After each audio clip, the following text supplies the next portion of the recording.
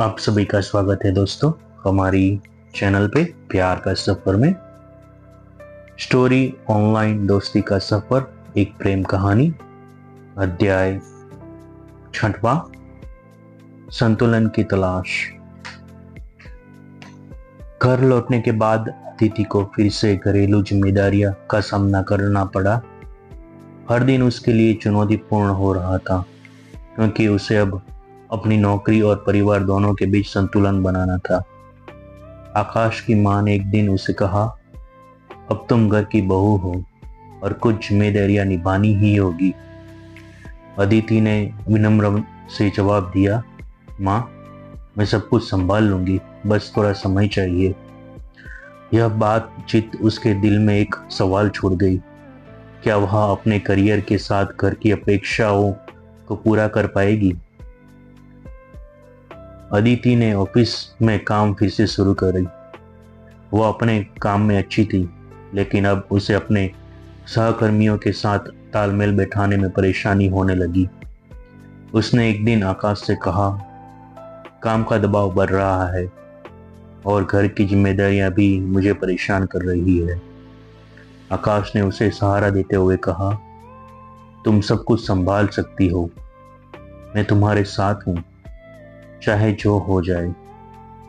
अदिति ने आकाश की बात थोड़ी हिम्मत पाई, लेकिन उसके मन में अभी भी संतुलन की चिंता बनी रही थी।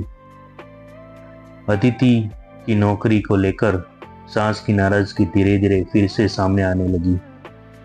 एक दिन आकाश की मां ने उसे कहा, तुम्हें घर पर ध्यान नहीं देने से सब अस्त व्यस्त हो रहा है, तुम हर समय ऑफिस के काम में लगी रहती हो। अदिति को यह बात चुभी, लेकिन उसे कुछ नहीं कहा। वह आकाश से बात करना चाहती थी, लेकिन उसे लगा कि इससे घर में और तनाव पैदा हो सकता है। वह खुद को अकेला महसूस करने लगी। आकाश को अपनी मां और अदिति के बीच का तनाव महसूस हो रहा था। उसने कहा, एक दिन अदिति से कहा, मुझे पता है कि मां की कुछ बातें तुम्हें दुख पहुंचा रही है, लेकिन हमें इसे हल करना होगा। अदिति ने कहा, मैं समझती हूं, लेकिन मैं खुद को कई बार असहाय महसूस करती हूं। मुझे नहीं पता कि इस कैसे हल करूं। आकाश ने उसे दिलासा दिया, हम इसे मिलकर सुलझाएंगे, तुम बस धैर्य रखो। ऑफिस में भी अदिति को अब नए चैलेंजेस का सामना करना पड़ रहा था। उसके बॉस ने उसे एक महत्वपूर्ण प्रोजेक्ट सौंपा, जिसे समय पर पूरा करना उसके लिए बड़ी चुनौती थी। उसने आकाश से कहा, मुझे नहीं पता कि मैं कैसे सब कुछ संभाल पाऊंगी। ऑफिस और घर दोनों का दबाव मुझे और मुझ पर भारी पड़ रहा है। आकाश ने उसे समझाया, तुम एक बार में एक काम पर ध्यान दो, हमें इसे सुलझाना का कोई ना कोई तरीका मिल ही जाएगा। लेकिन अदिति के मन में सवाल था, क्या वह अपने दोनों दायित्वों को निभा पाएगी? तनाव और थकावट के चलते अदिति की सेहत पर असर पड़ने लगा। वह कई बार थकी हारी और कमजोर महसूस करने लगी। एक दिन आकाश ने देखा कि अदिति का चेहरा उतरा हुआ था।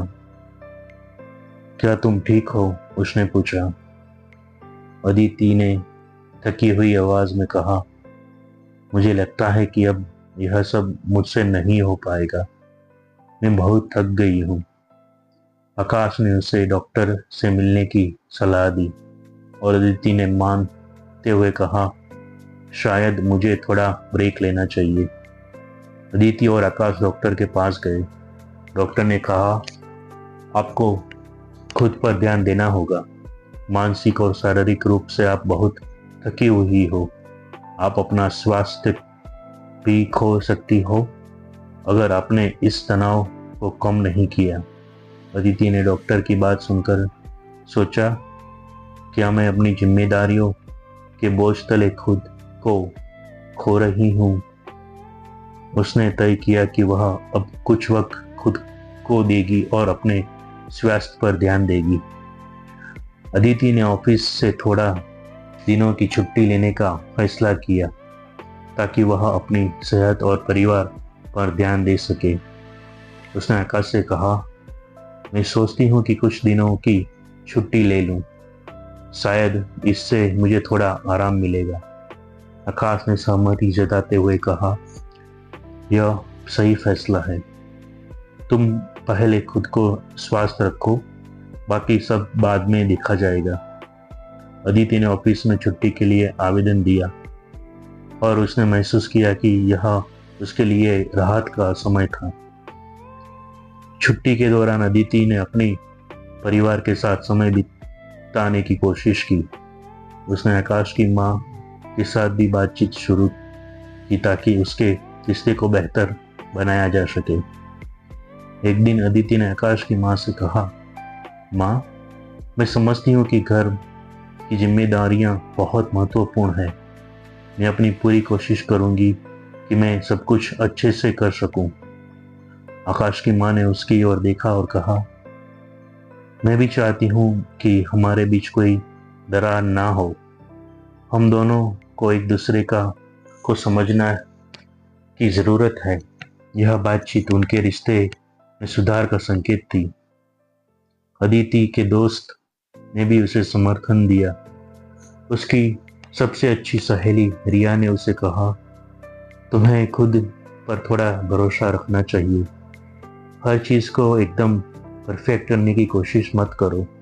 अदिति ने सोचा, शायद मैं खुद को पर बहुत ज़्यादा दबाव डाल रही हूँ। मुझे भी थोड़ी रिलीफ चाहिए। दोस्तों का यह समर्थन अदिति के मनोबल को बढ़ाने में सहायक रहा। कुछ दिनों की छुट्टी के बाद अदिति ने ऑफिस में वापसी की।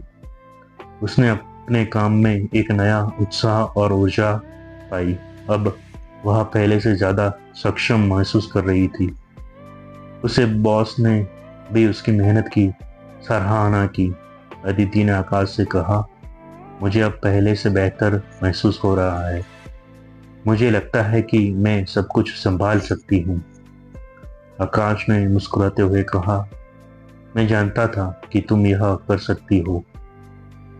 घर में भी अदिति और आकाश की माँ के बीच धीरे धीरे रिश्ते बेहतर होने लगे।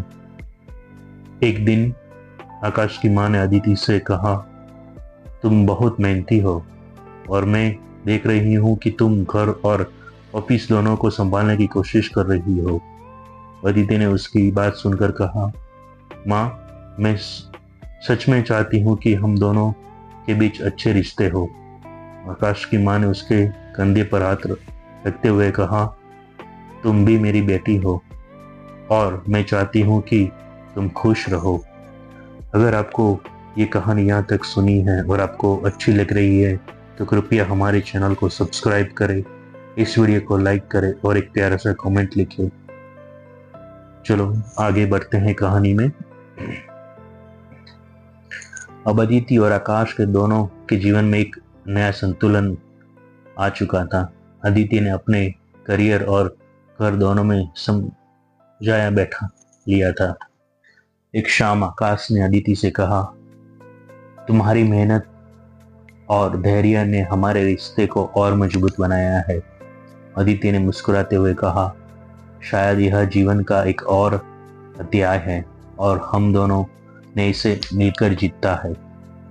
अब अदिति और आकाश दोनों ने अपने अपने जीवन में नए लक्ष्य तय किए। अदिति ने अपने करियर को और ऊंचाइयों पर ले जाने का सपना देखा और आकाश ने भी अपने बिजनेस को विस्तार देने का योजना बनाई। दोनों ने एक दूसरे को सहारे देते हुए कहा, हम एक दूसरे के सपने को पूरा करने में हमेशा साथ देंगे। यह उनके जीवन की नया लक्ष्य था जिसमें दोनों अपने सपनों को साकार करने के लिए मिलकर मेहनत कर रहे थे। अब अदिति और आकाश दोनों ने अपने रिश्ते को एक नई दिशा दी। उनके बीच का प्यार और भी गहरा हो गया था और अब वे हर चुनौती का सामना मिलकर कर रहे रहे थे। अदिति ने आकाश से कहा, हमने इतने संघर्षों का सामना किया है और अब मुझे यकीन है कि हम हर मुश्किल को पार कर सकते हैं। आकाश ने उसके हाथ थामते हुए कहा, हमेशा तुम्हारे साथ हूं, चाहे कुछ भी हो जाए। क्या अदिति और आकाश ने अपने नए लक्ष्यों की हासिल कर पाएंगे? क्या जीवन में कोई और चुनौती उनका इंतजार कर रही है? क्या उनके रिश्तों में और मजबूती आएगी या फिर कोई नई बाधा खड़ी होगी? इन सवालों का जवाब हम अगले अध्याय 7वें में जानते हैं। तो अध्याय 7वां सुनने के लिए कृपया हमारे चैनल को सब्सक्राइब करें, इस वीडियो को लाइक करें और एक प्यारा सा कमेंट लिखिए। धन्यवाद।